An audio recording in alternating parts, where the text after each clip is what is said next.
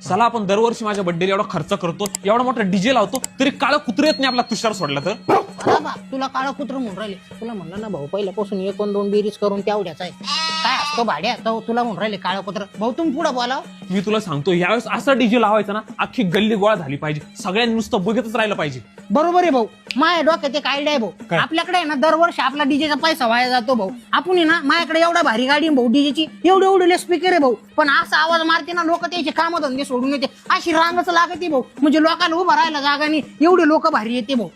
चला मग लगेच बुक करू. भाऊ चला सुपारी घेऊन टाकू लगेच. ह्या पा भाऊ, ह्या पा ही गाडी येते, ह्या गाडी मागे ना लोक आपल्या कामधंदे सोडून येते, हाय ते काम सोडून येते डायरेक्ट. म्हणजे हजारोनं पब्लिक राहते, हे रांगाच्या रांगा, लोकांना उभं राहायला जागा नाही. एवढा भारी सक्सेस बर्थडे होईना आपला माहिती का. एवढे स्पीकर आहे पण आवाज आरा लेस गो धुपट डायरेक्ट. म्हणजे लोक म्हणजे मला मी तेच म्हणलं यार माझे काना बधीर आहे ना, तरी कस काय लोक येऊ राहिले ना. आपण एवढे बधीर हो सर डीजे लावतो काय फायद्याचा ते. एवढे स्पीकर आहे पण भाऊ गाडी ना आपल्याला ही गाडी लय परवडन शपथ. थोडस इकडे बाय. हा अरे बा, तू 10 वेळेस सांगितलं ना यार घेऊन नको येत जा म्हणून. मला काय माहिती एवढं केले. आता मी बी नाही बोलत भाऊ.